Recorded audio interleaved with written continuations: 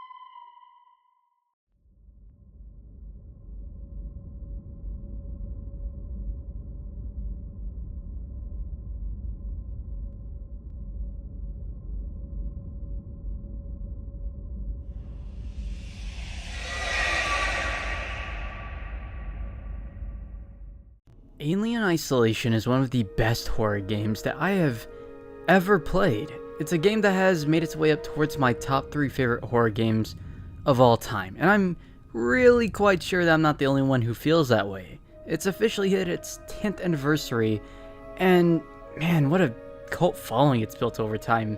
You see, back in 2014, there were not a lot of games like Alien Isolation. You had your cat and mouse horror games like the horror classic itself, Outlast, as well as survival horror games like Resident Evil. I just shot the president. I mean, well, actually at the time, Resident Evil was more of an action series, sadly, but don't worry, that got sorted around 3 years after the launch of Isolation. Still, other than a few hit games at the time of the early 2010s, there were none like Alien Isolation. I don't think I played a stress-inducing game like Isolation before. Nothing so heart rate increasing. My anxiety kicks in every time whenever I start roaming around the station with a horrifying alien life form stalking me through the corridors.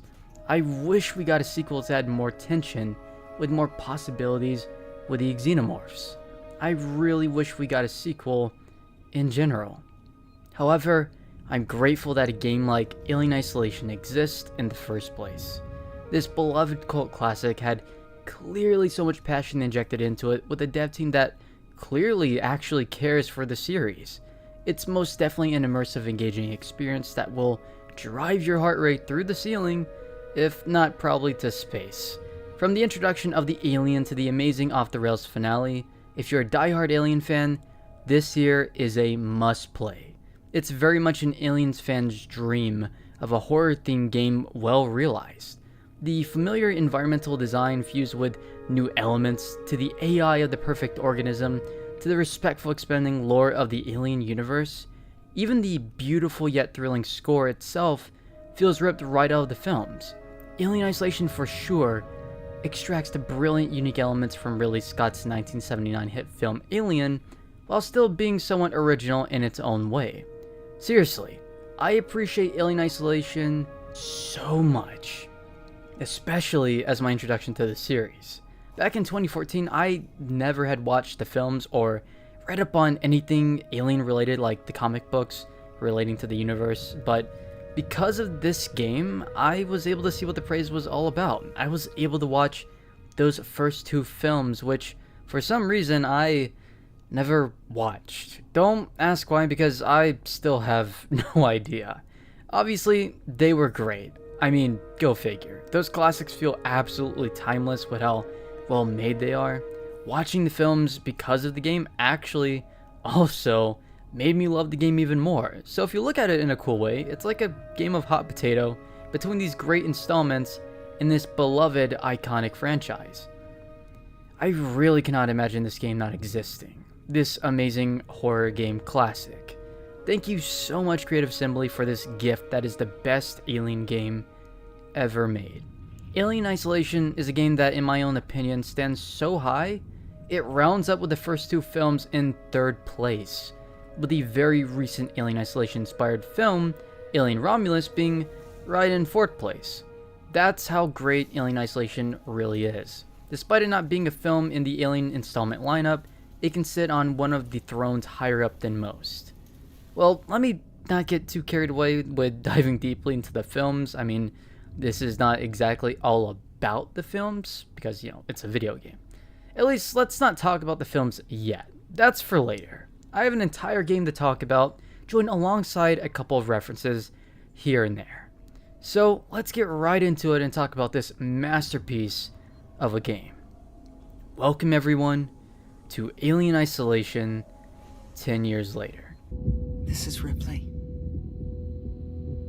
last survivor of the Nostromo, signing off.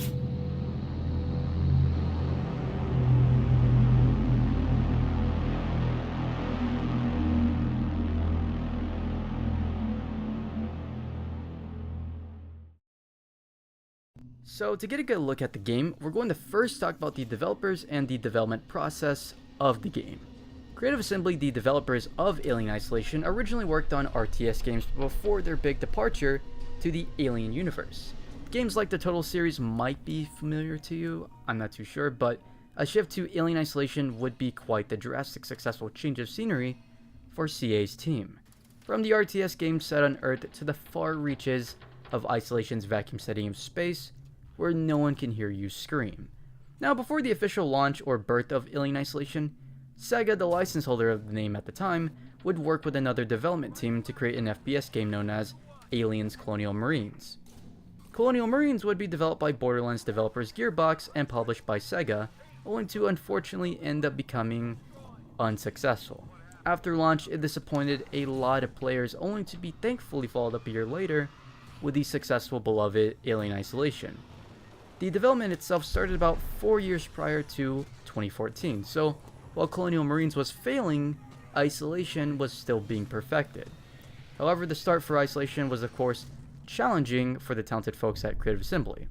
Now the following video footage you're about to see or are currently viewing comes from the no-clip documentary of Alien Isolation with behind-the-scenes footage from the developers. So all credit is due to no-clip themselves, who have really interesting, expertly well-made documentaries on different video games alongside their developers. Originally, the game itself was not a priority for Sega. Sega actually insisted on Creative Assembly making a new Olympic game rather than a new Alien game. Obviously, at this point, they were not taking no for an answer. I mean, I can't blame them. Who wouldn't want to work on an Alien game of some sort, right? So with the passion they had for this dream project, the team had to convince Sega with a non-interactive in real-time demo presentation that they had put together within 2 to 3 weeks. Quite the impressive time frame to work within. The demo would be developed with the engine of one of their games, Viking, featuring familiar, eerie elements very reminiscent of the original film Alien. After this non-interactive demo was showcased to Sega, the executives were indeed on board afterwards. The green light was glowing for our passionate devs. The thing is, this was not the last of the obstacles CA had to deal with. The next big thing for the game was the fact that it changed perspectives, which would indeed affect the horrifying feel for the game. It was developed in an over-the-shoulder third-person perspective, despite the demo being in first person. The third-person perspective was not exactly the vision the developers had in mind. Something was missing. They were missing the magic of their first demo showcase before, that first-person perspective. The first-person look of the game really brought together the horror tone very well. It elevated the tension to a new level. So to get the feel right, they hacked the camera to the character's model's head for a first-person view. After doing so, the world itself felt drastically different. The game changed completely in tone and atmosphere. Now the game felt right for the team to proceed with, and if you ask me, it's one of the best decisions overall. Probably the actual best decision, considering how effective the horror tone is with Alien Isolation as of its final state. As for Creative Assembly's vision, they were very much focused on the approach of the type of horror game that they were making. At the time, there were no actual first-person survival horror games, so they wanted to go for that goal of making something quite unique. Later, as development nears towards the finish line, the next generation was approaching with PS4s and Xbox Ones. Only then the team had to crank in some extra work to fit right in with those newer platforms and not only the current generation lineup. Before you know it, Alien Isolation made way onto the current generation platforms and the next generation platforms, making this amazing, intense, palm-sweating, anxiety-inducing entry become not only more accessible, it filled in the void of survival horror with Resident Evil at the time, sort of derailing from its own genre. A game that changed up the cat and mouse approach in horror games while still pulling off the survival horror aspect. A game that would evolve into the hit cult classic that it is to this day, a decade later. So with some of the interesting development process parts explained, it's time to talk about the main chorus. Let us suit up as Amanda Ripley as she evades the perfect organism throughout the familiar yet alien setting of Sevastopol Station. Alien Isolation stars Amanda Ripley, the daughter of Ellen Ripley from the original Alien, as our main protagonist. Also, wait, pause. Okay, before taking off, allow me to clear this up for those who've yet to watch the director's cut of Aliens. Ripley having a daughter was actually canon since 1986 with Aliens, except no one at the time really knew that. At least, I think. While it never made it into the theatrical release, it was in the director's cut of the film, thankfully. In the director's cut of Aliens, Ripley, after awakening from hypersleep, is informed about her daughter alongside a photo of her in her 60s. She's informed that she'd passed away 2 years prior to her awakening. This part being cut never really made much sense to me because it adds much more to the dynamic Ripley has with Newt and the fight with the alien queen. You know, mother versus mother, protecting their own. Get away from her, you bitch. Aside from that, the game adds more to this sadly cut scene, making the character of Amanda Ripley feel very much fleshed out. We got to know this character a lot more, and it's not just a sad, meaningful, scrapped scene. There's much more to it. It's now recontextualized after the events of Alien Isolation. We know who Amanda was. This badass who went up against or through some of the most stressful stuff compared to her mother at the time. I guess you can say that badass survivor genetics run in the Ripley bloodline pretty well. Makes plenty of sense. Now, back to the story. After 15 years since the events of Alien, Amanda Ripley, working in the region where her mother went missing, is approached by an individual named Samuels, who works for, you guessed it, the company, aka Weyland Yutani. Great. Is that not lovely? Good old Weyland Yutani, the most trustworthy big name corporation next to Umbrella and Murkoff. I trust him with every fiber of my being. Always. Anyway, Samuels offers Amanda a once-in-a-lifetime opportunity to join him and another named Taylor to go to Sevastopol Station. There on Sevastopol, Amanda might be able to find the closure she's been looking for due to the flight recorder of the Nostromo being aboard the station. Samuels here seems to be caring or considerate of this opportunity for Amanda about finding closure. Basically what I'm trying to say is, it's very important for later. From there, we set off through hypersleep to Sevastopol, only to be met with something sinister and alien aboard the station. I mean, this is an Alien game, kind of what we were expecting in the first place. The story of Alien Isolation is a slightly lengthy one, though it's a slightly lengthy one that has a sense of satisfaction compared to some of the other horror games out there. It's a good story in my opinion that does its best to respect the universe that it's actually set in while expanding the lore with no huge retcons that will wildly upset the fans. It actually is super relevant to the series, as a particular event in the game creates or makes way for a later film years after the events of the game. Now, the first 2 hours of Isolation can be a slow burn, but trust me on this, it's actually worth getting through for the meat of the game. The Axel part at the beginning of the game, it's probably the only thing I have a problem with, sort of. The sequence feels like it slows it down a good bit. I don't hate the character, it's just he takes up 20 more minutes of the game. Yeah, exposition this, grab that flashlight, that. It could have been all done in a cinematic, really. I mean, Ripley could break the brace off the door like usual, except Axel isn't there, so she gets to an elevator that will lead her to the transit station. Once she gets there in the chain room, maybe we could get or have an in-game cinematic in first person where Axel is holding her at gunpoint as he approaches out of the darkness with a flashlight headset on. He gives you a very brief explanation of the situation, only for drill to start dripping on him like usual. Then the Xeno impales him like originally, pulling him into the vent, dropping his headset for you to pick up. afterwards, we're already on the way to the next level with that awesome, intense transit waiting portion. I know my idea probably, sucks like a lot of fans' ideas can be for a lot of people. I mean, it could have been done potentially better to save some time for certain people not to get semi bored at least. I mean, this is the beginning of the game. You might want to have a really strong hook there. I mean, I don't mind it completely now. Thankfully, you can replay missions, so no super big complaints here or there or anything. If there's anything positive about the sequence, I do like the banter between Axel and Ripley. Heck, sarcastic Ripley is great. Friends of yours? I've had run-ins with those guys before. They don't like strangers, even nice guys like me. I'm shocked. Everyone's turning on each other. The fear, it makes people crazy. I've noticed. Other than that, or other than the Axel part, the game picks up almost right after when you get the motion tracker in Siegson. Now, I think it's a better time to pause on the story so I don't spoil it for non-players who seek to play it, maybe. I'll kind of explain slight spoilers when it comes to the gameplay. Nothing big in story, thankfully, so you're good. Okay, before we get to more of the story, I need to talk about some important elements such as the atmosphere, the engaging, stress-inducing gameplay, and of course, the alien, aka the xenomorph itself.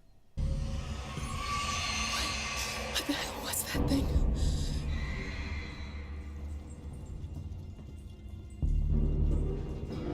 Gotta keep moving.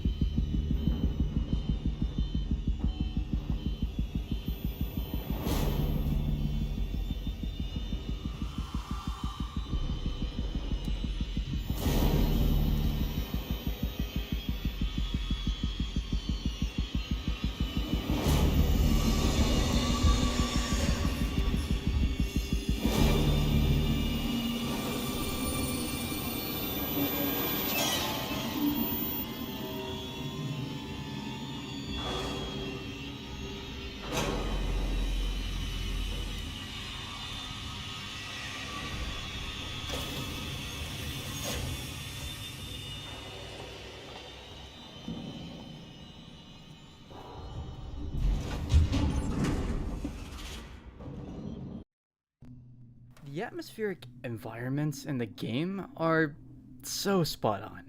The 1970s retro-futuristic design is one of my favorites in science fiction. Don't get it twisted, I like the cyberpunk aesthetic of other forms of media, yet this feels very at home, which sounds weird for a horror game or a horror film. Everything about it hits the spot, and I love the game's familiar yet new designs built into this crumbling station with some of the most beautifully lit corridors I've seen in a video game. You will for sure have that itch for a proper, well-developed alien game reminiscent of the original film scratched pretty nicely. I love seeing the corridors filled slightly with fog, or the lights flickering with the distant sounds of the ship making low rumbling noises or loud groaning noises right there at your feet. The PA systems going off, distant screeches, everything building up the tone or atmosphere of the game works exceptionally. On topic of the environments, here's a part of the game that actually appears before the first alien encounter in the medical area. It's kind of specific to throw this in there, but this room and the room next to it is kind of special to me. It gave me nostalgia, a sense of familiarity with comfort despite not knowing anything much about Alien at the time. I thought if I were to throw this in here, this atmospheric part of the video would be probably the best way to go about it. It's a pretty cool nostalgic moment in a very mysterious way. A moment I never really got why since 2014. I never really figured out why I felt this way. It's just a room that feels familiar, even though back in 2014 it was my first time experiencing it. It's kind of cool and kind of sweet. It's there, so whenever I play through the game, I feel kind of obligated to walk through there. A moment that always stuck with me since the first time playing. Anyways, back to the atmospheric qualities of the game. The corridors, the lighting, the fog, the windows displaying the beauty of space, all of it really embodies the tension or the tone of the classic film. Looking out of a window to be brightened by the sun on the other side of the gas giant is a sight to behold alongside its moons. It's so striking to see beautiful moments like these when exploring the darkest sections with barely any lighting while experiencing tension-building moments. The moments of nothing but windowless zones caving in on you, the balance in exploring these areas for sure is without a doubt ridiculously great. Seriously though, look at these environments. You know it's insane that a game from 2014 still looks this gorgeous while feeling so unnerving. The sound design on top of the direction of design is actually very top-notch. Hearing the sounds of the ship making sudden noises, the alien's footsteps being audible as it's stalking you nearby, the PA systems for the station going on like nothing happened, making the station feel like it's okay when it's very obviously not, it adds on to the atmosphere around you heavily in the best way. It combines very nicely with the visual elements. When you make a game, I need that sound design to be good, at the very least. Especially a horror game. Whether it's the wind howling, the door opening, your footsteps, the enemy's footsteps, or the enemies you'll face, or even the world around you in general. It needs to be good if not great. Alien Isolation breaks those requirements, exceeding them beyond. Creative Assembly combining the classic sounds with new sound effects is golden. Beautiful work on both visuals as well as sound design. Alien Isolation is indeed a 10 out of 10 in graphical quality and sound design. It's almost too good. I think the game wouldn't be the same without great direction in every way, especially these two parts. Okay, time to move on over to the gameplay overview. How does a game from 2014 measure up all this time later with gameplay, you might ask? Spoilers, it's really awesome.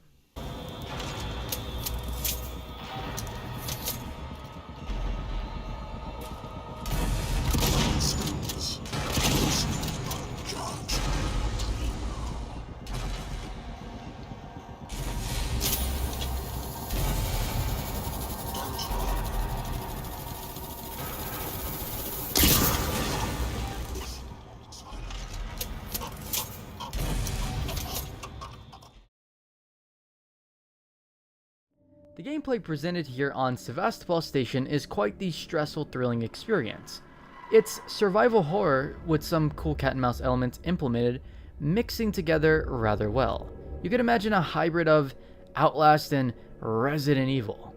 Actually, when you put it like that, that's probably the best description, let alone a great fusion for a game like Alien Isolation.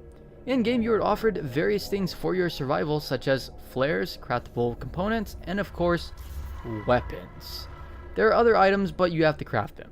You get cool items to craft like noisemakers, smoke bombs, flashbangs, EMP mines, molotovs, pipe bombs, and medkits. The only way to craft them is by collecting blueprints. You even collect blueprints of upgrades for those items for improvements. So be sure to explore your surroundings for these valuable pieces of equipment and upgrades. It'll make moments in the late game a bit easier, if not a lot easier probably. As for the weapons you'll acquire from the station's levels, well, here you go. There's the maintenance jack, revolver, stun baton, flamethrower, shotgun, and lastly, the pack-a-punch bolt gun. So we get weapons, but what do we get to use these on? Well, you see, on Sevastopol, you are not only faced with the alien threat, but humans and synthetics that have gone rogue. Humans are much more deadlier compared to the androids at certain points due to the range of their weapons. The weapons being, of course, guns. I mean, what else would they carry, right? Getting shot on the sad side of things can result in a 1 to 2 shot on hard difficulty. Thankfully, guns are their weaknesses too, except not just from you, but their own guns. That last part might sound confusing or unintentionally dark even, but trust me, it's a topic for later, so we'll get to it eventually. Humans are, however, pretty weak overall. Like you, so kill away if you like with a great variety of weapons or tools at your disposal. You can kill a great amount of everything when it comes to the non-alien threats. Do take into consideration that some things can be overkill when it comes to killing humans on board.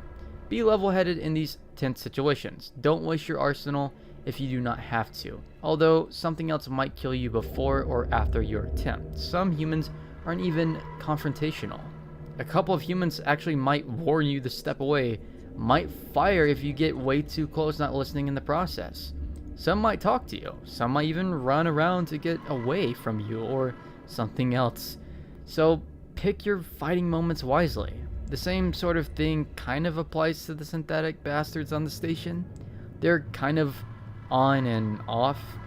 Keep your guard up still. I wouldn't recommend the flamethrower on synthetics because, I mean, if you want to go toe to toe with them, I'd suggest something less flame-like because it can chip away at their health. I mean, it'll slowly chip away at their health, but EMP mines are the best for stunning alongside the stun baton for those android bastards. After a stun baton, beat them to a pulp with a maintenance jack, or, you know, maybe fire your gun off right in their face. You'll probably kill the thing in a few swings at that point with the maintenance jack anyway, so it'll be probably best to save ammunition for later encounters. You want to really obliterate them though? Throw pipe bombs at them, and those pain in the asses are gone. Overall, if you want to be a pacifist, on the other hand, you can go for it with simple distractions like the flares or noisemakers you'll pick up or craft. Maybe make yourself invisible, blend in with flashbangs or smoke bombs. So if you don't want to fight, try stealth. It saves you the bullets, shells, and fuel, and potentially your medkits that you'll need for more important counters as you progress through the game. As for the non-combat related stuff, you will be doing all sorts of things like altering control panels to change lighting, air purification points, deactivating camera feed, and of course, noises for distractions for the enemies. Doing this is a unique feature. You can subtract a certain amount of power to be redirected into a different room to perform one of those actions. Maybe balance it out if you can.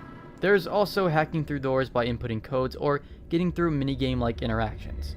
It adds onto the tension trying to bypass with codes, symbols, or the timing of buttons while the station's enemies roam the corridors.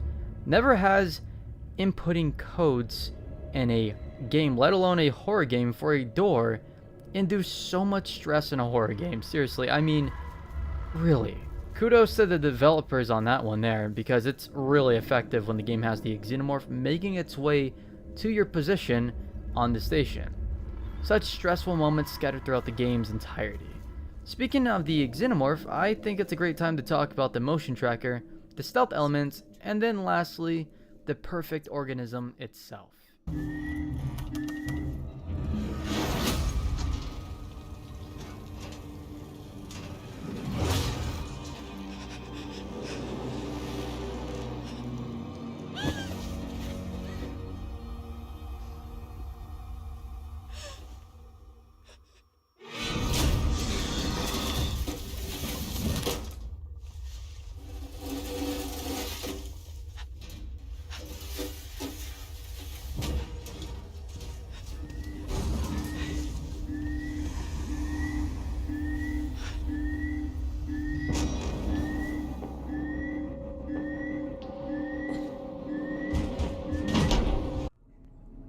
Alien Isolation's biggest strengths in bringing home the most intense moments are in fact the motion tracker, stealth elements, and the xenomorph.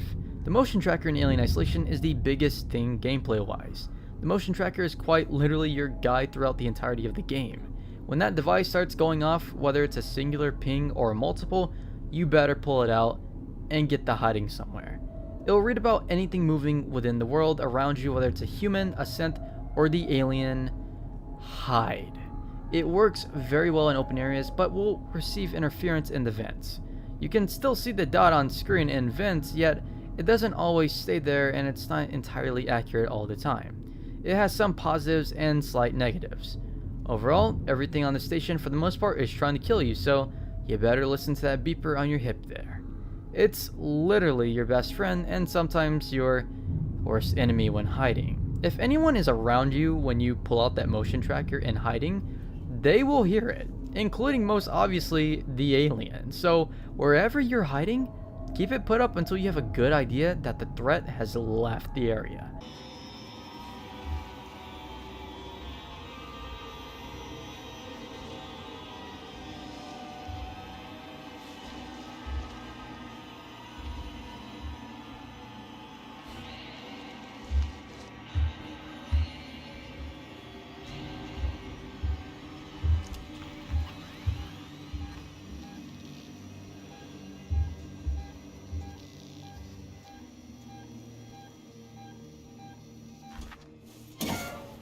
Also, in addition to the motion tracker hindering your stealth at times, let's talk about stealth itself. When it comes down to hiding, there's a good amount of places to hide, from lockers and cabinets to desk and vents. We'll talk about vents in a sec. Hiding in the lockers actually has a cool yet horrifying mechanic to lean back and hold your breath when something approaches your locker. That something being a large hissing alien organism. Seriously, you only get a brief window. Be sure to be very considerate, don't pull out that beeper, and be prepared to pull and press some buttons.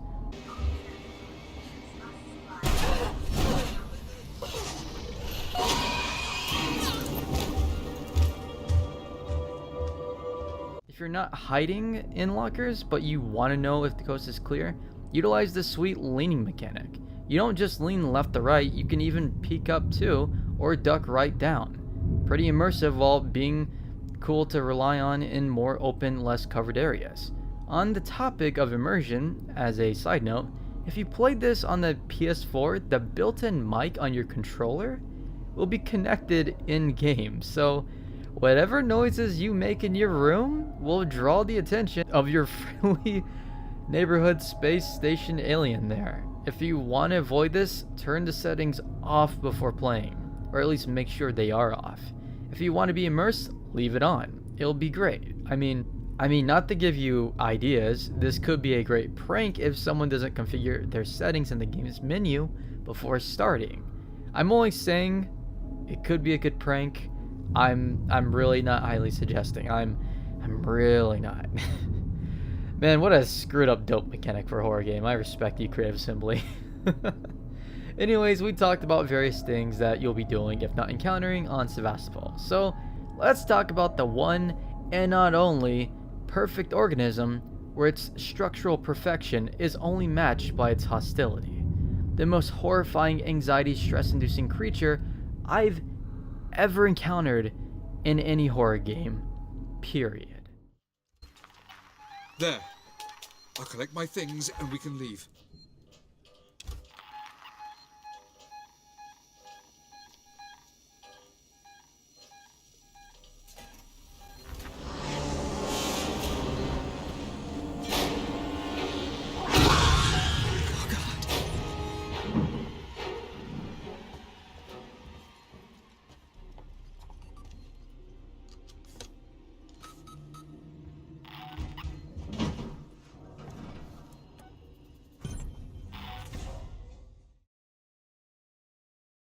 There's games out there that will scare the ever-loving crap out of you in different, unique, creative ways. You have classic grotesque creatures, jump scares, the fear of the unknown, etc. Striking fear into the hearts of players can be approached in a great variety of ways. As for Alien Isolation situation, it's the fact that you're not on top. You're forever being pursued by an unkillable, unpredictable creature that will kill you in an instant. You cannot run from the alien, you cannot make noise around the alien for the most part. No weapons will work against it to eliminate it. The great Ian Holmes said it best. There's gotta be a way of killing it. How do we do it? You can't. You still don't understand what you're dealing with, do you? Perfect organism. Its structural perfection is matched only by its hostility. I admire its purity.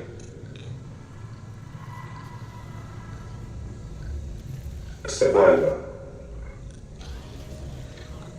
I will cloud it by conscience, remorse, or delusions of morality. So what is there to do? What can you do to counter the xenomorph? Well, you could shoot it, but it does nothing except splatter acid blood on the station in a cool display. You'd only piss it off by shooting it though. Thankfully, there happens to be an obvious weakness that you might discover early if you craft a Molotov. The game later confirms the potential weakness with the flamethrower. The Xeno indeed has a fear of fire. It's pretty startling. Like everywhere else on the station, the alien can explore. The vents are its main mode of traversal. So, what does this have to do with fire? I mean, if you watch Alien, you know the vents are a no-go at times. So be equipped properly with either Molotovs or the flamethrower. If you were to take my advice seriously, then listen to me when I say always, and I mean always have a Molotov on hand early game. It'll save you from some unfortunate encounters in those events, if not in general.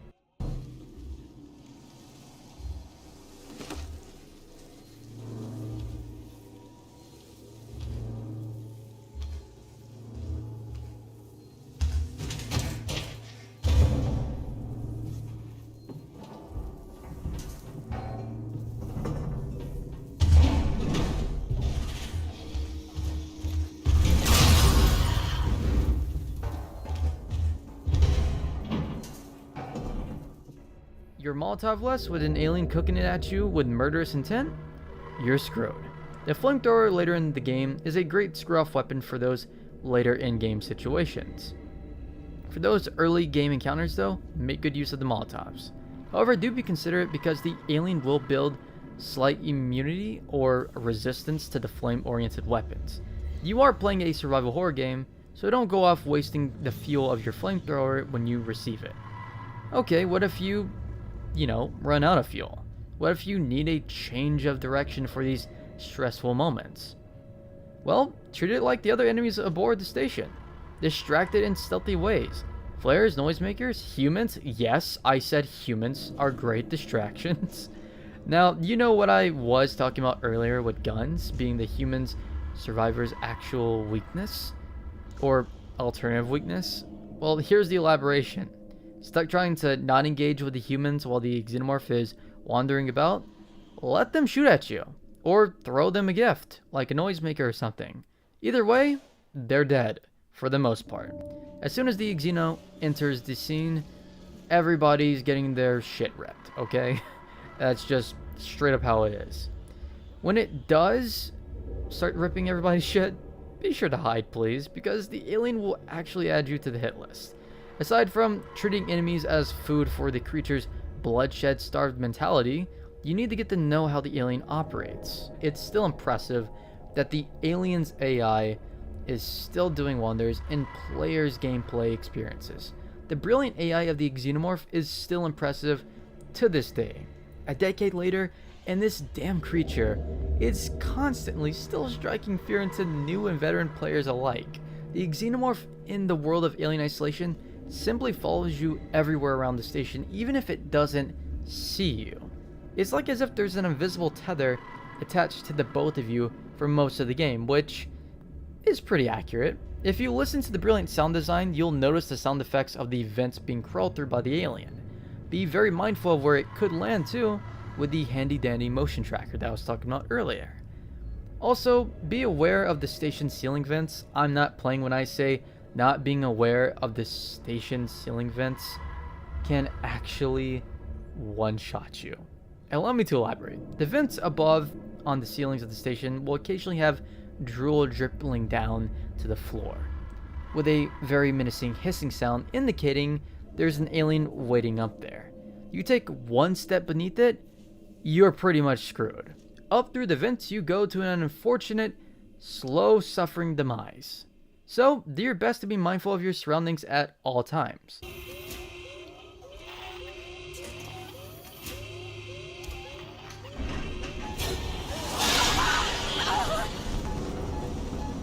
If you want to know more on the alien AI, then I do recommend watching this awesome video called The AI of Alien Isolation, made by AI in Games. Really great stuff. I highly recommend it. So, as I was researching, I came across the video and I managed to gather some information from this informative educational video.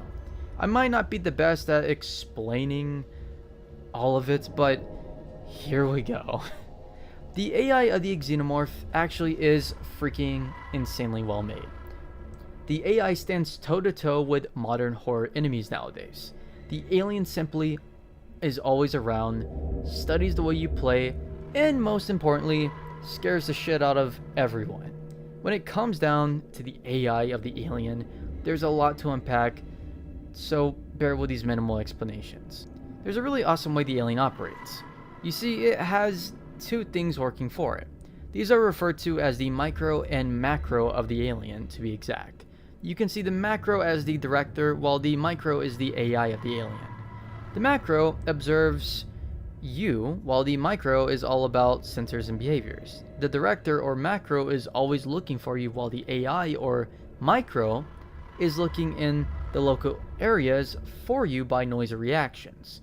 The director will also point the AI in the direction of areas to explore that are near you.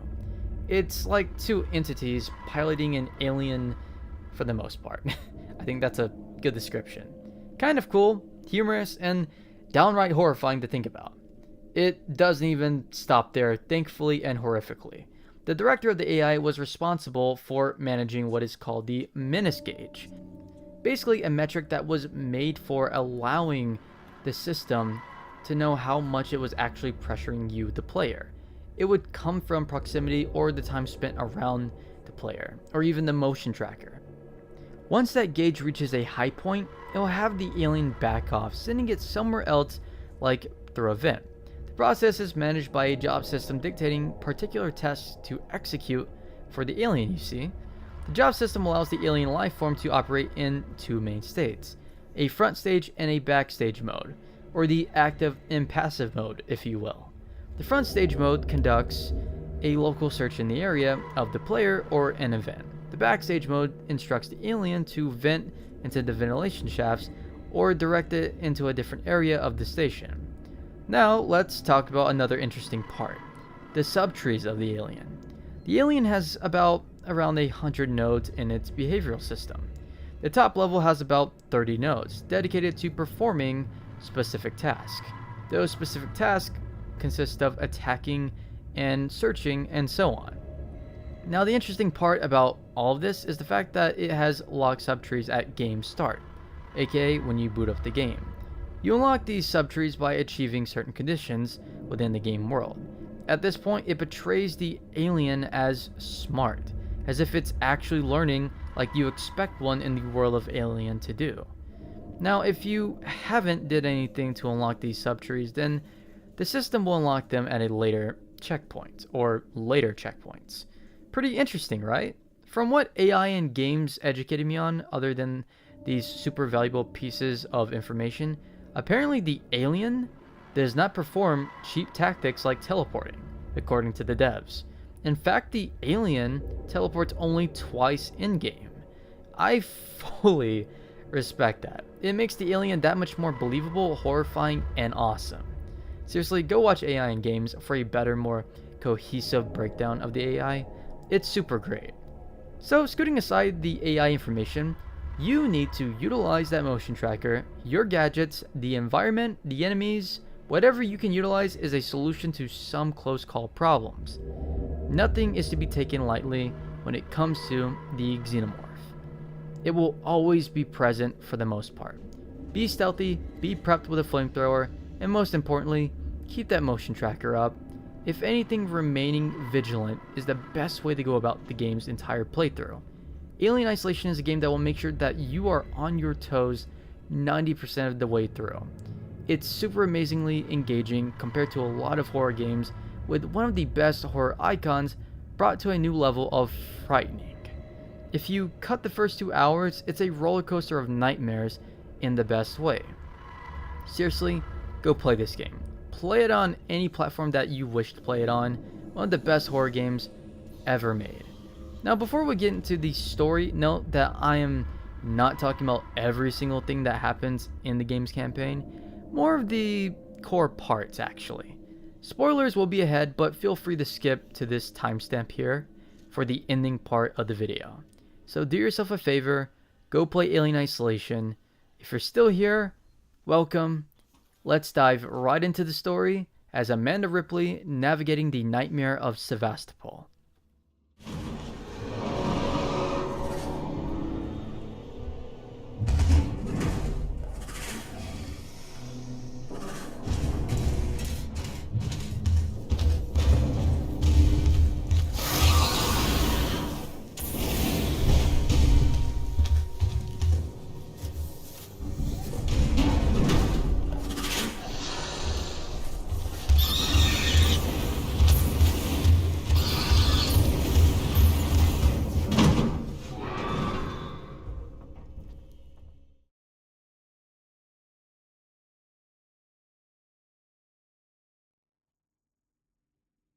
the story of alien isolation is quite the horrific journey in space. While I want to talk about the game's story in its entirety with every single detail included there, I'm going to talk about more of the core moments of the story, so please don't expect the biggest of breakdowns. I'm going to try and keep it slightly short and slightly simplistic, not very analytical. So after leaving poor Axel to the alien, we make way to Seegson. Before getting there, we discover the flight recorder of the Nostromo, but it's corrupted sadly, leaving Amanda in a frustrated state. I mean, you can't blame her with the current situation after all this time of looking and waiting, especially with her now stuck on a station with hostile survivors, hostile androids, and a hostile alien life form. Leaving to Seegson, you do encounter the alien in a first proper introduction, then witness the hostile survivors get torn limb from limb by the alien itself. In Seegson, you do encounter some not so very nice androids as well. Let me pass. It's me, Hughes. Don't you recognize me? Listen to me. We've got to re-establish long-range communications. You're becoming hysterical. Get back! I'm warning you! Tut, tut. Let's resolve this amicably.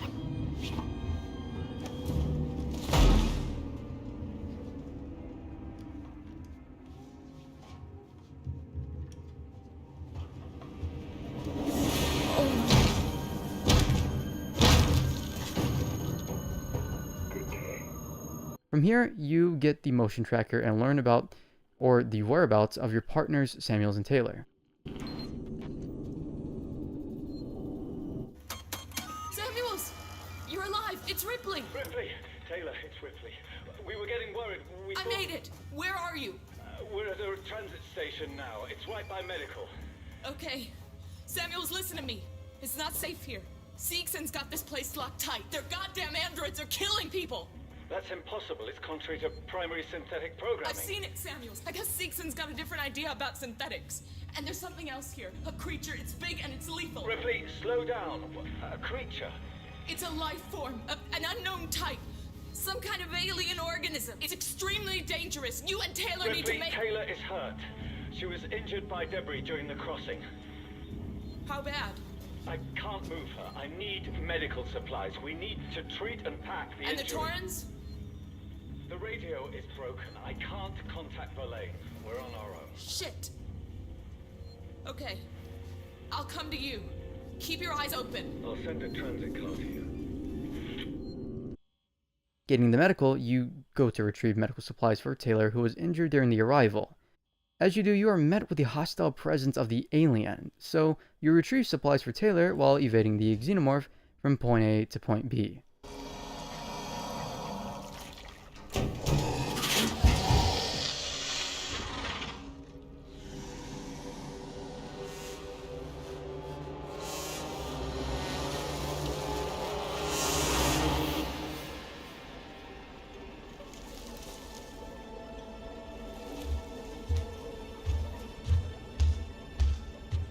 Pretty thrilling and pretty horrifying.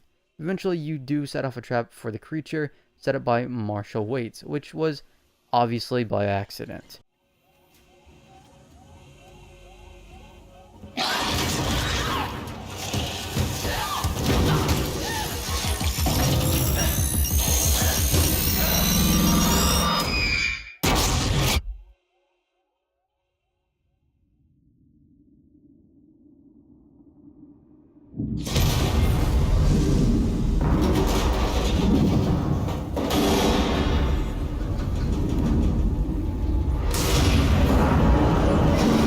Getting back to Samuels and Taylor, Marshall Waits and Ricardo are there with the two, with Waits scolding them about boarding, despite the broadcast to the Torrens being barely audible.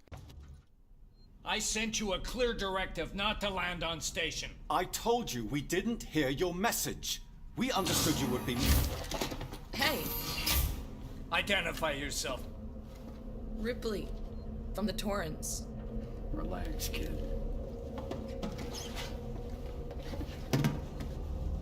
What the hell is going on here, Marshall? Where's the security forces? You're looking at them. I've seen the creature. What is it? I don't know. Something brought here by Marlowe, the captain of the Anisadora. The ship that found the flight recorder. Is there anywhere safe left on this station? That creature's running around, and the Seeks and synthetics are less than friendly. Goddamn androids. Ripley? Taylor needs attention. Medical's a no-go. We can't take her there. We have a basic life support unit back at HQ. Then let's go. By the way, Aliens fun fact here, Marshall Waits is played by actor William Hope, the actor for Gorman in Aliens. He lended not only his voice but his likeness too. I thought it was actually pretty awesome, so hey, why not throw that in there? It's like Gorman, but as a marshal instead around his 50s. Pretty cool concept. Carrying on, everybody then takes off to HQ, with you arriving a bit later. They take care of Taylor, but Waits points you in the direction of the person responsible for the flight recorder being aboard Sevastopol. This is where you meet a very important character who goes by the name Marlowe. The one who brought not only the flight recorder, but the alien organism too. Marlowe? Who wants to know? My name's Ripley. I'm with the company. Here for your empty box already? You guys are keen, I'll give you that. I'm here for personal reasons. My mother was on the Nostromo when it went missing 15 years ago. You serious? Shit.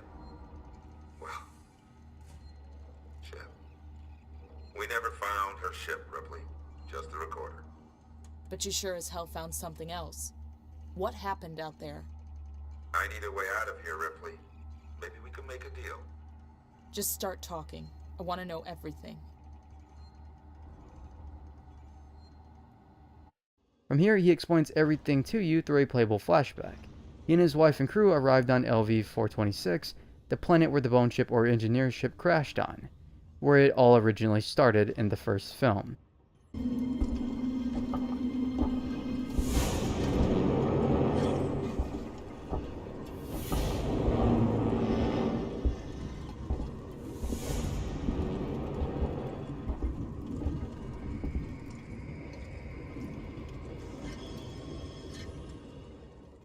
Arriving looking for a successful salvage due to the ship's beacon, him and the crew enter the ship with a sinister accident waiting to happen to them. However, there is something very important about this that adds to the lore of the universe of Alien, or more specifically, the film itself, Aliens. After discovering the dead space jockey inside, the Nostromo gear left behind from the previous crew, starts to stir up some concerns with the crew about their salvage. We'll take what we can and come back. Have a look around, see what else is here. Marlowe, we found something. Tracks. Tracks? Looks like something was dragged. But that's not all. You're not gonna like this. What is it? The tracks lead here. Same name that's on the flight recorder. Nostromo. Someone's already been here. Maybe they abandoned ship and landed here. I can see that. Shit. If they were here before us, why is there no record of this place? Well, if they're still alive, there goes our salvage. Let's find out. I'll find the beacon and shut it off. Don't want anybody else finding this place. Foster, Heist, check out the cavern below.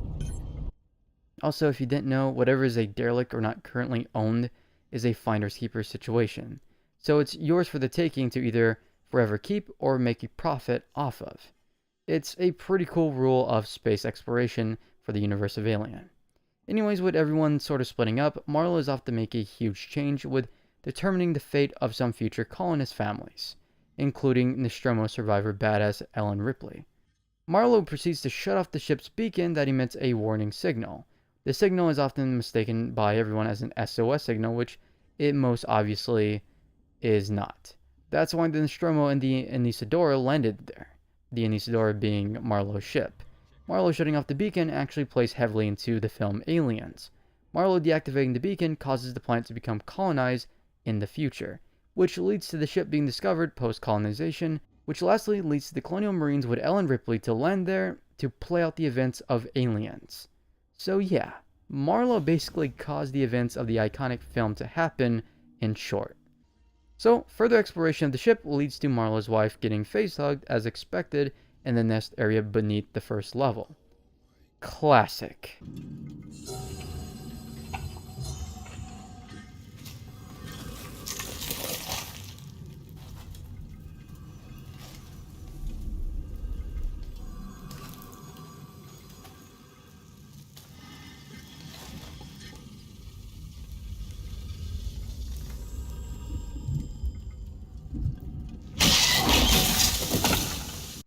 This is where the story of Marlowe's crew ends, leaving Amanda wanting more. Before we can get any more information out of Marlowe, we are interrupted by the Xeno making way through the station. Now it's time to trap it with the help of Ricardo and Waits. Eventually trapping it after one unsuccessful attempt, we are betrayed by Waits himself, having us shot out in a detachable lab into the neighboring gas giant while the creature is still inside with us.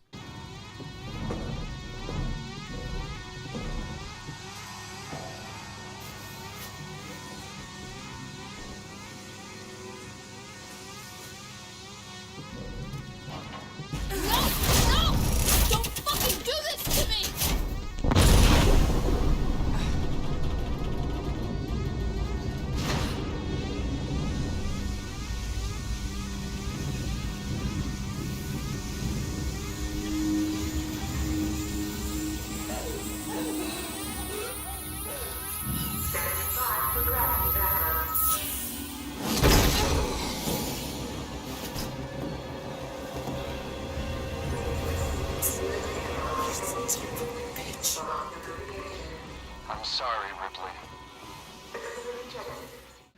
You know, Burke, I don't know which species is worse. You don't see them fucking each other over for a goddamn percentage. Thankfully, we throw on a spacesuit in time before it's too late, launching ourselves out of an airlock into space towards the station, leaving the alien with the lab to be destroyed. Mission success, right?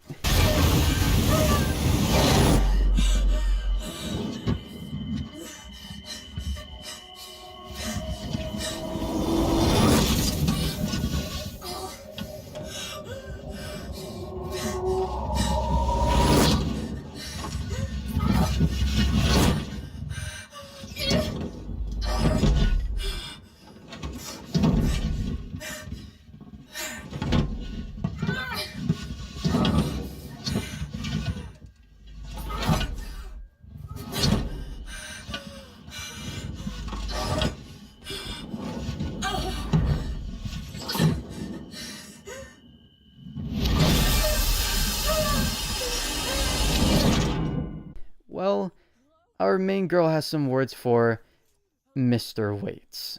Can anyone hear me? Ripley, is that you? Yes, Waits. Me, you son of a bitch. You locked me in. You blew the lab into space. I had no choice. No choice at all. You saw that thing. You saw what it could do. I had to get it off the station. By any means necessary. Yeah. Use me as bait. Leave me to die. And it goddamn worked, Ripley. It goddamn worked. I got that thing. Jettisoned it into the gas giant. The station's safe. There's that. And there's the fact that you're a heartless bastard. I'm heading back to the Bureau. We can discuss your methods there. Ripley out. Getting back to the station, we make way to HQ, only to be met with hostile androids out on a hunt for humans. Sadly, as we arrive at HQ, we're met with everyone dead, except Ricardo himself. Taylor and Marlowe, on the other hand, are missing, with Samuels going to contact Apollo still. Rip, they're all dead. The androids slaughtered them. Why? Why the fuck? I don't know. But I think Samuels does. Samuels? Why? Waits sent him to access Apollo. I need to find him. Have you seen Taylor and Marlowe? No. They're not here. I think they may have got clear. Ricardo, if I go after Samuels, can you run this place? I need eyes and ears. I'm not fucking staying here. Ricardo, I need you to do this. Can you man the station and keep me covered? Ricardo! Yeah, sure. Of course. Sit tight. Lock the fucking doors and don't let anyone in. Look after me. I'll come back for you. We team up with Ricardo to meet Samuels at Apollo to sort things out. What we come across is a bit surprising if you weren't paying attention. I must have access to Apollo. Open the tower transit immediately. Apollo transit reserved for Sikhs and executives and synthetics only. Right, then I'll have to find a way to talk to Apollo directly. Biocontainment hazard level Omega. All permissions rescinded. I don't have time for this.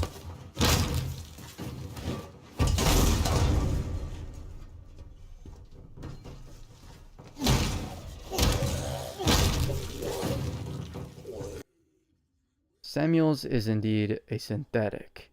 I mean, the game painted this clearly, sort of since the start. Ah, Ripley. Samuels, did you wake up early? Well, I don't really need as much sleep as the rest of you. I was just inspecting the Torrens facilities. A well-maintained ship. I realize it's a very similar model to... The Nostromo. Yes, M-Class. A later pattern, but close in spec. Send your guy Samuels to android processing. Once this thing's dead, I'm gonna get him to access Apollo and lift the lockdown. Samuel's okay doing that? Guy said he wanted to help and I have my hands full here. Besides, he's a synthetic. Should be easier for him to get in there. I guess. Look, Ripley, we're the only people standing between Sevastopol and outright disaster. Outright disaster has already happened, Waits. All we can do now is kill that fucker. Samuels, like the badass android he is, makes a big move for Ripley here in a super intense tragic sequence. Ripley, good to see you alive. Apollo's security perimeter has been built so that only Sikhs and synthetics can interact with it. Listen to me. I'm going to have to do something rather drastic if I hope to connect with Apollo. I'm going to use the reformat chamber. It's the only option. I've had to divert power from the area to allow me to try. Samuels, that's too dangerous. Yes, far too dangerous. Wish me luck. Samuels, don't!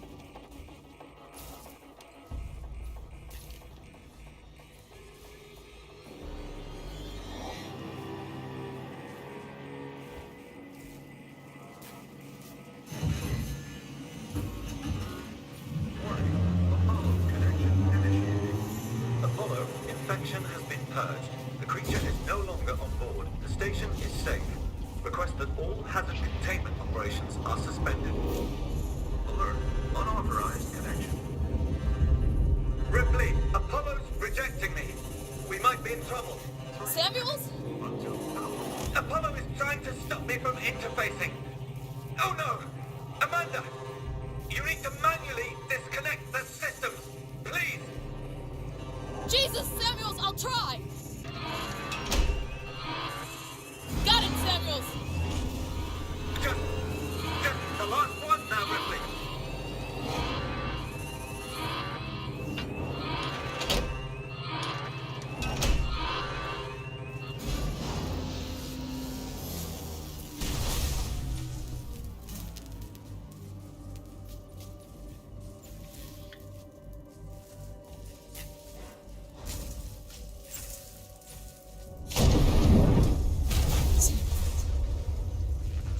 You're dying.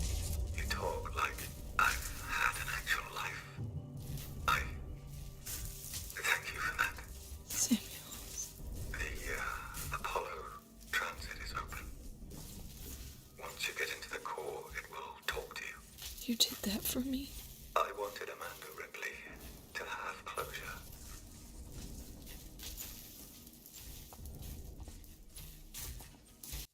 Samuels died going out as an MVP android, and if you ask me, he felt more human than a lot of androids we often see or meet in the series. Ripley, thanks to Samuels' sacrifice, makes it to Apollo to make the androids stop their chaotic takeover. At this point, we're met with a sinister situation starter, and I mean absolutely foul.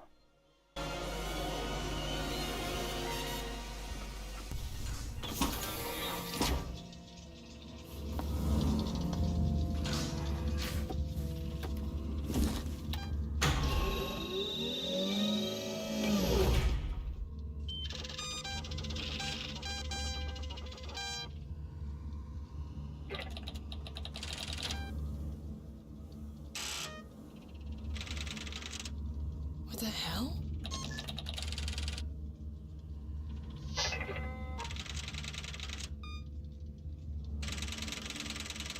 Two days after we left. You're kidding me.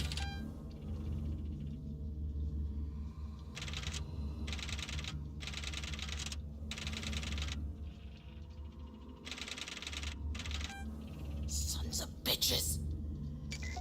It isn't on the damn station.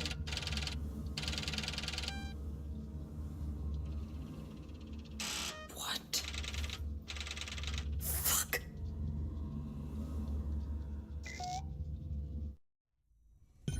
Well, well, who would have thought Weyland-Yutani was the problem, right?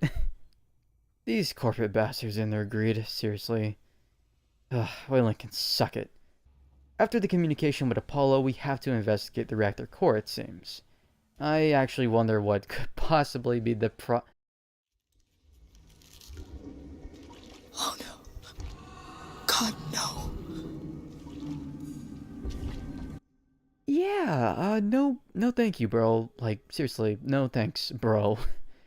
So, we now can, in video game form, relive the iconic event of Ellen Ripley entering the Hive in Aliens. Except we're pulse rifleless. Now, let me say the Hive portion is a part of the game that is absolutely awesome, but also at the same time, absolutely horrifying. But it's also a part of the game that made me self-confident that I would not survive Alien Isolation, let alone the universe of Alien. Somehow the facehuggers and the Hive are worse than the Xenos. Accurate. The whole level is a pure nightmare and one of the best levels to experience. Xenos, facehuggers, the wailing of humans trapped here awaiting a horrible slow fate. It's fucking unsettling.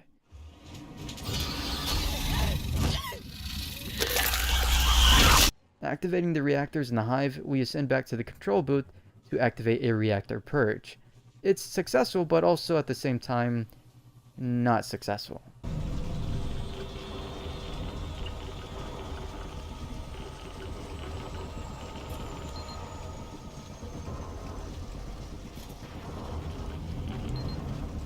Ricardo, I'm about to purge the nest. Hang tight.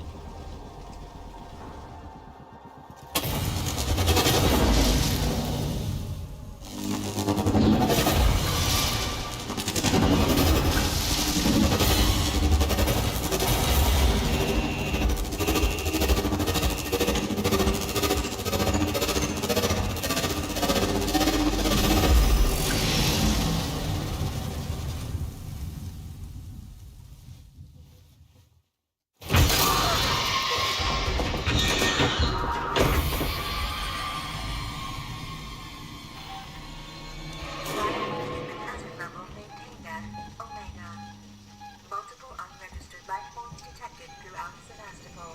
Power levels throughout Sevastopol compromised. There's still some on the station. Shit. Huh. I'm sorry, Ricardo. Just get back to the Marshal Bureau, Rip. Please. Wait, Rip, something weird's happening. You think? I need you to get to medical, now. The reactor purge. It's resetting systems across Sevastopol. Lights, transit, maybe even communications. I think this is our big chance. Just go, now! We might not have much time. I'm heading down to comms. The Xenos are now all over the ship. Great. By the way, if you're upset at the lack of an alien queen, the devs did confirm she is there. It's really just that Ripley was lucky enough not to have run into her. Post-reactor purge, we make it back to the medical, to an ambulance shuttle that's boarded there. And from there, we actually board Marlowe's ship where he and Taylor are located. Getting to the ship, you activate the power and take care of some facehuggers. Afterwards, you experience one of the most important moments in the entire game. Maybe you want to join my crew. Plenty of free spots. Ripley, Marlowe double-crossed me. He said he'd give me all the data he had on the creature so I could take it to the company, but he... Taylor? Taylor! Marlowe, what are you doing? What no one else seems prepared to do. Come find me, Ripley. I got something for you.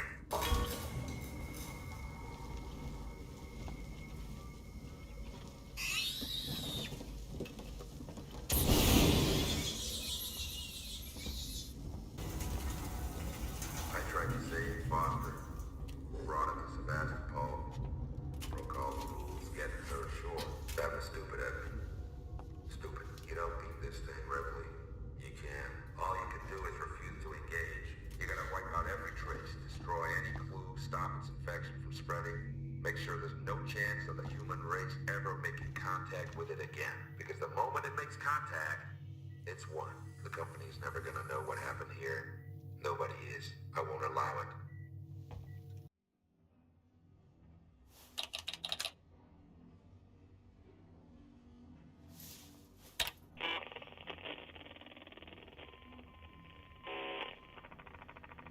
Added report. Personal message. This is for my daughter. Hi, Amanda. I'm recording this for you, my sweetheart, and I hope you get to hear it one day. You see, I got into trouble. My ship, there was an accident, sweetheart, and we found an alien creature. It was very dangerous, and the only way we could stop it was to destroy the ship. I'm okay. I'm stuck on this lifeboat, long way out. But we had to destroy the ship. We had to destroy the Nostromo. We just couldn't risk bringing that thing home with us. I needed to protect you. Don't worry. Don't worry about me. I'm sure I'll see you very soon. I love you, sweetheart.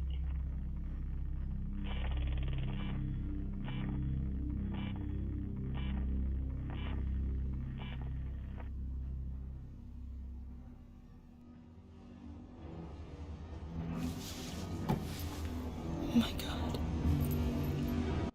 Ripley now not only has the closest thing to closure as she can get, Sigourney Weaver actually returned to reprise her role as her mother. It's incredible yet heartbreaking. The message is something that Marlowe actually wanted her to hear. With a gun in hand, Marlowe holds Taylor at gunpoint so he can turn his ship into a nuclear powerhouse to kill all the aliens aboard the station. That'll turn the reactor into a goddamn nuke. You'll destroy the ship and the station. It will annihilate every trace of that creature. Ripley, it's the only way. I can't let it live. And I'm not letting the company have it, or they'll just start the whole thing over again. To boil it down, destroy everything. Thankfully, Taylor knocks him down as she and Ripley defuse the situation. As we think it's fine, it escalates into an escape from the ship mission as it's about to self-destruct. Sadly, Taylor dies in the process, but we have to get off the ship immediately. So enjoy one of the coolest sequences in the entire game.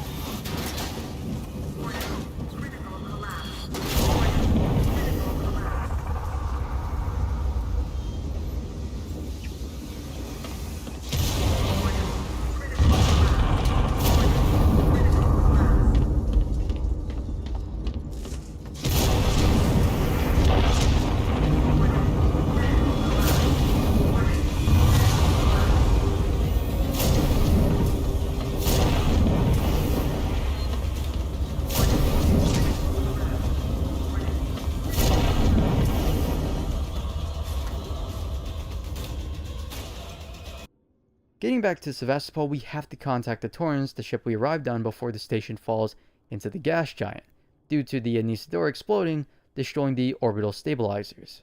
We make contact with Verlaine on the Torrens after an amazing spacewalk to the station's dish for communications.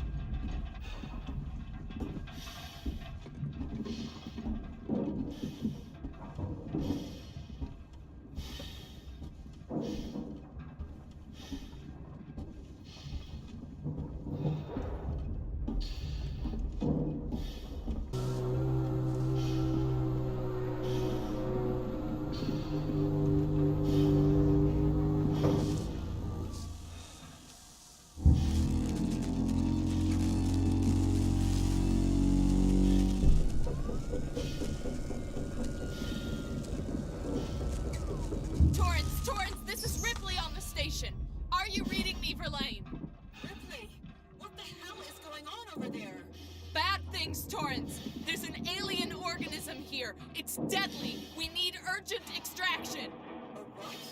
There's no time to explain! Please, Verlaine! There's nowhere for us to dock, Ripley. The station's tearing free from its gravity mooring. I've seen a towing platform below the spaceflight terminal, but the Torrens umbilical isn't built for it. You'll need to extend the tow platform clamp station side. Just get into position. We now are tasked to dock the Torrens and board it. Once more, in the game of horror and thrills, we sadly lose another ally, Ricardo, a fate worse than the others that we've encountered. Ricardo? Oh god. Ricardo. Oh no.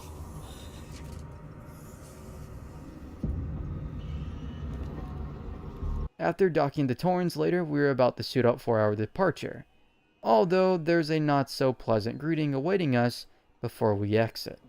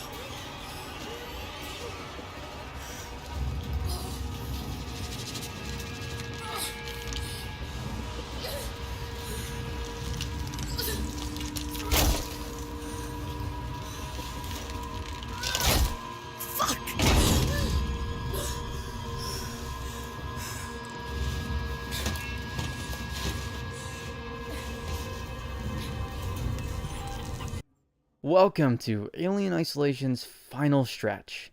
It's time to torch facehuggers, dodge Xenos and transits, as well as surviving the crumbling falling station. The game goes insanely off the rails in a pretty great thrilling way. It's really freaking awesome. So finally making it back to the Torrens through a spacewalk, we have to do something different, although very familiar, to get off the station. And it's something that's compared to our mother and a finale-like sequence.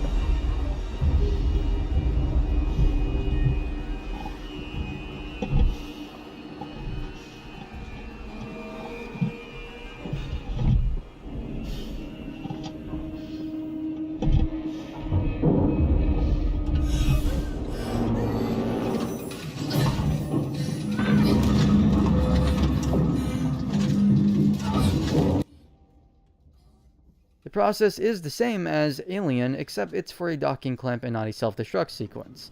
Thankfully, before we're ambushed by the Xenomorphs, we make it onto the ship, leaving the station to be destroyed by the gas giant.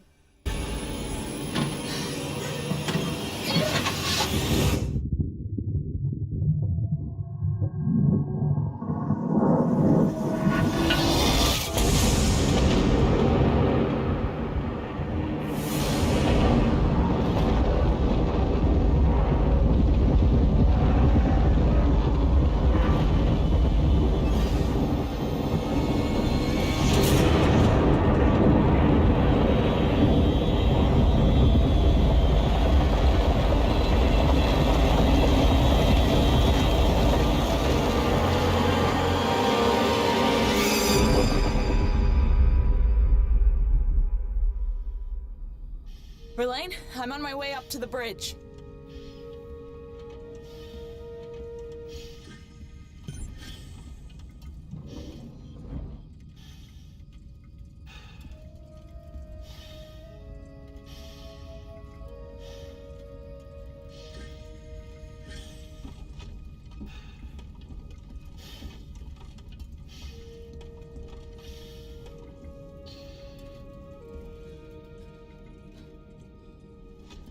Verlaine?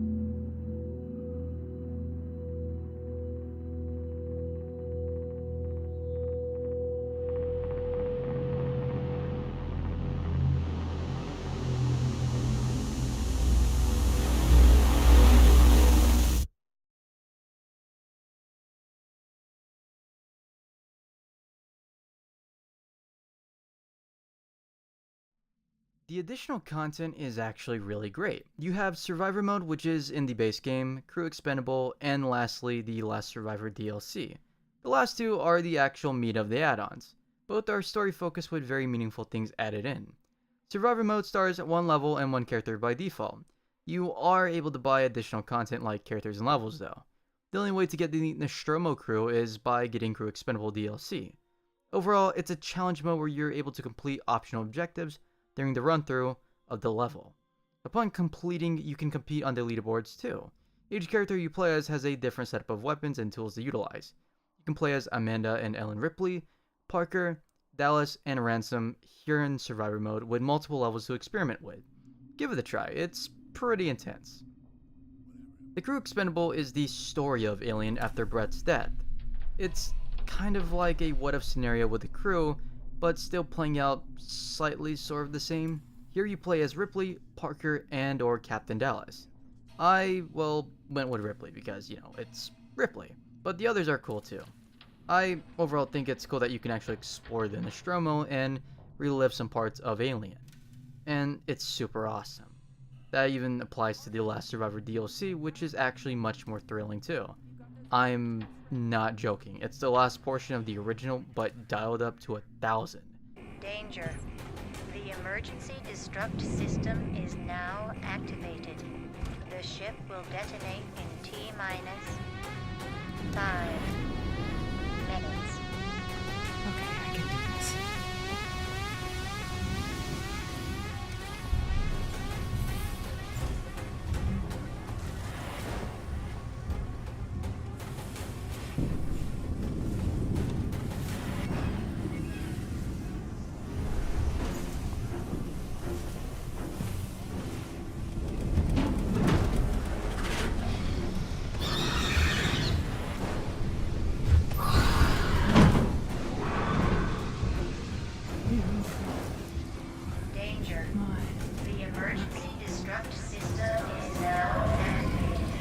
It's one of my favorite parts in Alien Isolation's entirety.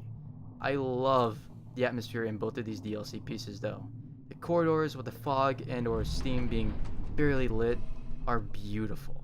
It's stunning as all can be. The graphical quality of this and the sound design, like I stated before earlier, I think CA killed it. Creative Assembly are truly talented and they get what Alien is supposed to feel like. They actually truly get the atmosphere, they get the environment, they get everything. It's truly something special, very amazing. However, that's not all. What's actually truly special was the returning cast of Alien, aside from Ian Holmes, who was the only missing cast member. Whatever it was big and... You sure took him into the air shaft. Disappeared into one of the cooling ducts. My question is, it's using the air ducts to move around. You know, the primary air shaft may work to our advantage. We can lead it through, down to the main airlock. Who gets to go into the vent? I'll do it. Ripley, you lead it into the primary air shaft. We trap it on the lower deck. Then Ash opens the airlock. Lock down the maintenance hatches where Parker, Lambert, and me are tracking it on the way. Let's do it, people. Oh my God! Get out of the way! Get out of the way! Lambert is gonna kill us! Lambert, for Christ's sake, get out of the way! Get out of the way, Lambert!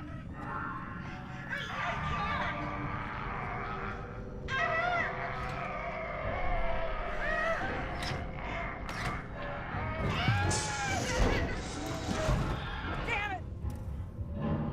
Come on!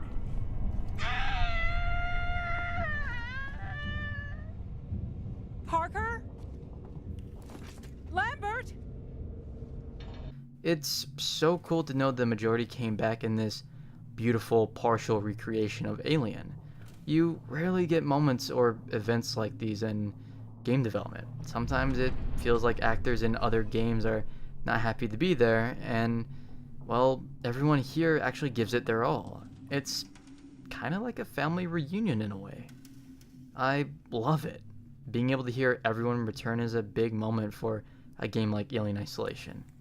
It's really a rarity. Although, not to twist this into something sad, I did recently learn that the majority of the cast of Alien are actually no longer here with us. I had no idea up until as of recent that the majority of the cast members are gone. I mean, I knew about the loss of Ian Holmes, but not everybody else for the most part. However, the return of this cast for the DLC of Alien Isolation is bittersweet, and a great way to have the characters immortalized even further, taking it into a video game, making it truly even more special, especially for the fans. It's bittersweet, but really great. While they are gone, they are forever engraved in our hearts and minds. All that I can really say about this, about the cast, is thank you. Whenever I watch Alien, I don't really exactly always watch it for the alien life form itself, the xenomorph. The same thing can apply to Aliens. I actually watch these films for the characters, for the story, and how everybody interacts with each other. These relatable, believable human beings that still stand the test of time compared to a lot of later horror films and their human characters. These are some of the most believable humans I've seen in a horror film, and it's a science fiction one at that. Not one in your, friendly neighborhood, one that's in, well, space. I just love these films, and I always root for these characters to live. Because, well, you could relate to them in some capacity. They're great, they have personalities, they have their own quirks, they're just human. And these cast members, all of them, really brought their A game back in the late 70s when it came to the theatrical release of Alien. They not only changed film history, but they changed history in general with the existence of this film, this iconic series that is still going on to this day. So, like I stated, the best thing I could really say is thank you.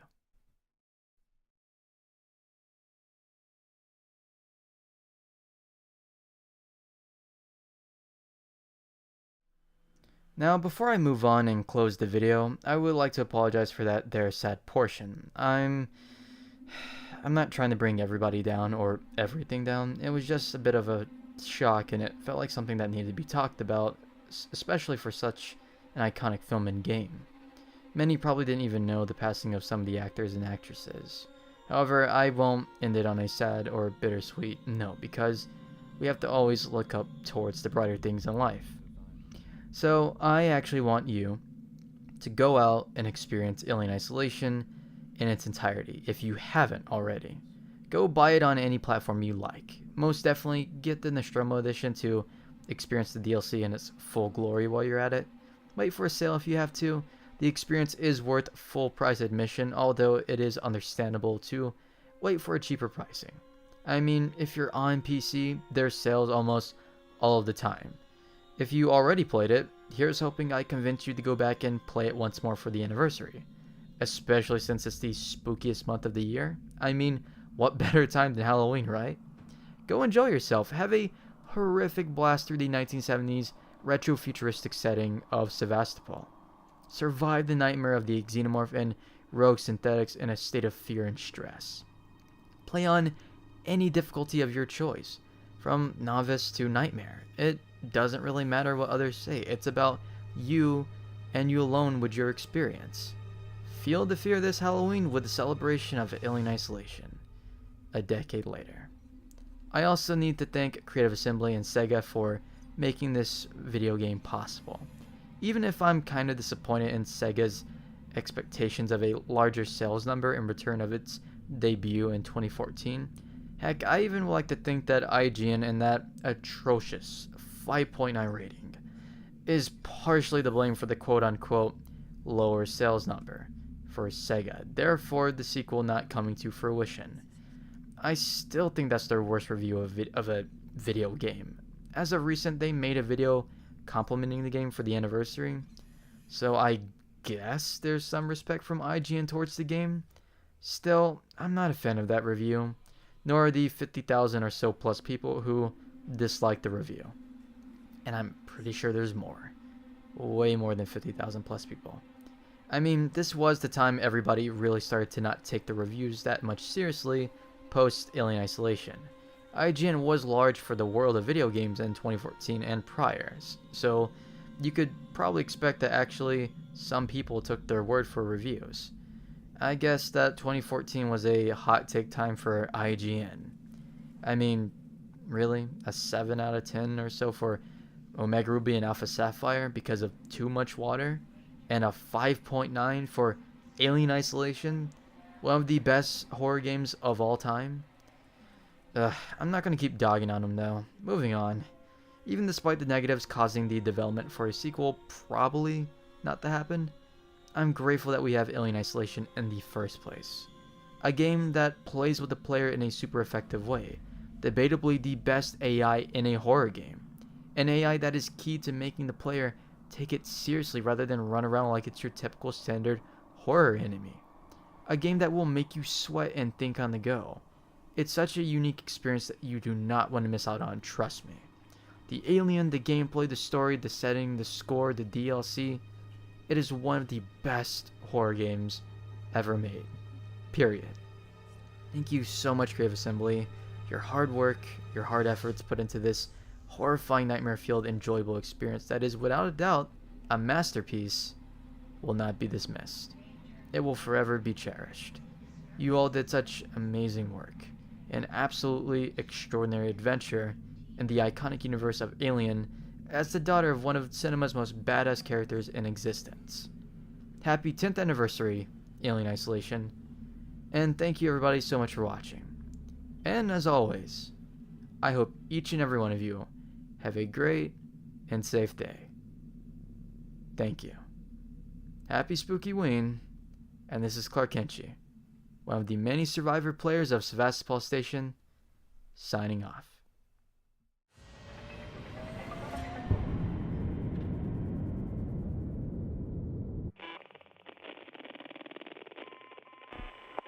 Final report of the commercial starship Nostromo.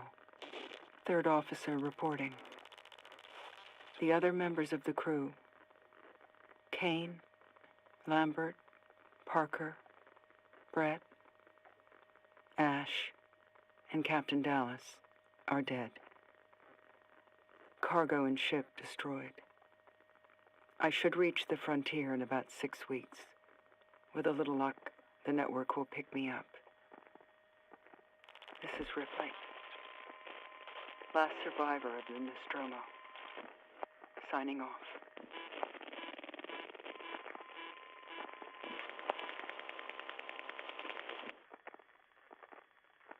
I'll see you soon, Amanda. Be a good girl. I love you.